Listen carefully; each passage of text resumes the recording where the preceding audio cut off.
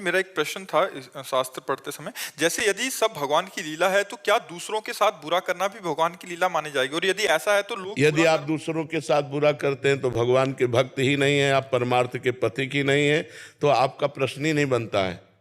भगवान की सब लीला है, ये वो कह सकता है जो भगवान को प्राप्त है या भगवान को प्राप्त करना चाहता है।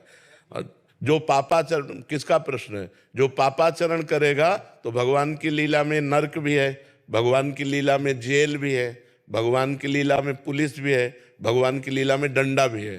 तो स्वीकार करो ये डिपार्टमेंट, ये भी तो डिपार्टमेंट है भगवान का। बुरा जो कर रहा है वो सोच ही नहीं सकता कि भगवान की लीला है, और जो सोचता है भगवान की लीला का वो बुरा कर ही नहीं सकता है। विचार करो, अब जैसे ये नाम जब कर रहे हैं, ये बुरा कर सकते हैं क्या?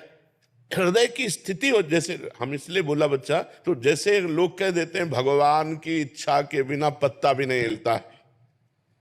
आपकी इच्छा ना हो तब आप ये बात कह सकते हो भगवान की इच्छा के बिना पत्ता नहीं हिलता। यदि आप इच्छाओं के जाल में फंसे हुए हो तो आपको बोलने का अधिकार नहीं है। ये इच्छा रहित महापुरुष कहता है भगवान की इच्छा के बिना पत्ता नहीं हिलता।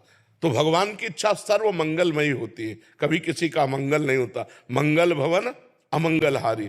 अपनी इच्छाओं का जिसने दमन कर दिया, अपनी इच्छा को जिसने वाहेगुरु भगवान की इच्छा में मिला दिया, वो ये देखता है कि चराचर जगत भगवान की इच्छा से चल रहा है, और जो ये देखता है भगवान की इच्छा से चल रहा है उसमें इच्छा होती नहीं, इसलिए उससे कभी पाप होते ही नहीं। समझ पा रहे आप?